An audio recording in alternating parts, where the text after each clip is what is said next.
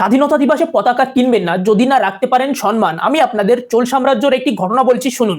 চোল সাম্রাজ্যে এক প্রকার রয়্যাল ড্রাম বা ঢোল থাকতো, এর পাশাপাশি রয়্যাল ইনসিগনিয়া বা এক প্রকার পতাকা থাকতো, যেগুলির অসম্মান স্বয়ং রাজাও যদি করতো তাহলেও তাকেও কিন্তু পেতে হতো শাস্তি।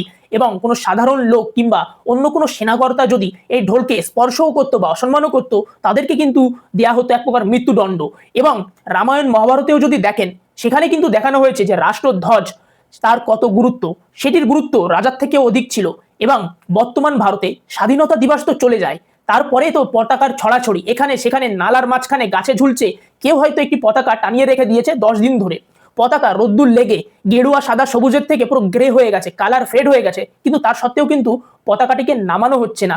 এই ভিডিওটি আমি এক প্রকার রাগ করেই কিন্তু বানাচ্ছি, কেননা গত কয়েক বছর ধরে স্বাধীনতা দিবসের পরপরই কিন্তু আমি অনেক পতাকা যেখানে সেখানে পেয়েছি। এমনকি স্বাধীনতা দিবসের পরে ঝড় হয়েছিল, 2টি পতাকা আমার বাড়ি এসেই পড়েছে। আমি আপনাদের দেখাচ্ছি, দেখুন।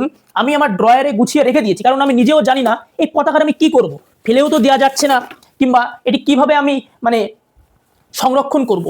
এই যে একটি পতাকা স্বাধীনতা দিবস হয়ে যাওয়ার পরে ঝড় হয়েছিল আগের বছর, সেটি উড়ে আমার বাড়ি এসে পড়েছিল।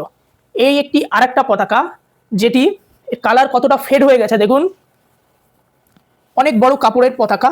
আমি গুছিয়ে ভালো করে রেখে দিয়েছি এবং আপনাদের দেখানোর পরে আবার সম্মানের সাথে রেখে দেবো।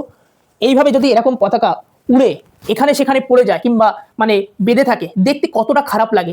আমাদের দেশ ঋষি মহাপুরুষের দেশ, স্বামী বিবেকানন্দ থেকে এখানে ঋষি অরবিন্দুর জন্ম হয়েছে এবং প্রাচীনকালে মহান মহান ঋষির জন্ম হয়েছে। এই ভারতভূমিতে আমরা যদি এইরকম অকৃতকার্যকারিতার পরিচয় দিই, তাহলে আমাদের যেসব পূর্বপুরুষ আছে তাদেরই এক প্রকার অসম্মান করা হচ্ছে। কেননা রাষ্ট্রের ধ্বজ রাজার থেকেও বেশি গুরুত্বপূর্ণ, রাষ্ট্রের ধ্বজ ভারতের রাষ্ট্রপতি প্রধানমন্ত্রী সবার থেকেও গুরুত্বপূর্ণ। ফলে আপনাদের কাছে একটি রিকোয়েস্ট করব যে এই স্বাধীনতা দিবস হওয়ার পরে যদি কোথাও দেখেন পতাকা এইভাবে পড়ে আছে, সম্মানের সাথে একটি ভালো জায়গায় রাখার ব্যবস্থা করুন। যদি পতাকার অবস্থা ভালো থাকে বাড়ি নিয়ে যান, গুছিয়ে রেখে দিন, পরের বছর আবার উত্তোলন করবেন, যেটি আমি করবো এই বছর এই 2টো পতাকা নিয়ে। কিন্তু একটি জিনিস সরকারকে বলার আছে, আপনারা এই যে প্রমোট করছেন হার ঘর তিরঙ্গা যাত্রা কিংবা অন্য যেসব এনকারেজমেন্ট ইভেন্ট হচ্ছে, যেখানে স্বাধীনতা দিবস উদযাপন করার কথা বলা হচ্ছে, এর পাশাপাশি আপনারা একটি পলিসি নিয়ে আসুন, যেখানে প্রত্যেক বছর স্বাধীনতা দিবস হয়ে যাওয়ার পরে যেসব পতাকাগুলি ঝুলে থাকছে পড়ে থাকছে, সেগুলিকে কোনো পঞ্চায়েত কিংবা মিউনিসিপ্যালিটির অফিসে জমা দেওয়া হবে। সেটিকে কিভাবে ডিসপোজ করতে হবে অফিসিয়ালি সেটা আপনারা করুন, পতাকার যাতে অসম্মান না হয়। কেননা আমরা যতদিন না আমাদের পতাকাকে সম্মান করব, আমাদের দেশকেও কিন্তু সম্মান করতে পারবো না। আমাদেরকে ভাবতে হবে দেশ পতাকা আমাদের একটি অংশ, কারণ ভারত একটি ভূখণ্ড নয়, এটি আমাদের মায়ের সমতুল্য, ভারত মাতা। ফলে ভারত হচ্ছে লিভিং এন্টিটি। এই জিনিসটি মাথায় রেখে স্বাধীনতা দিবসটি উত্তোলন করবেন।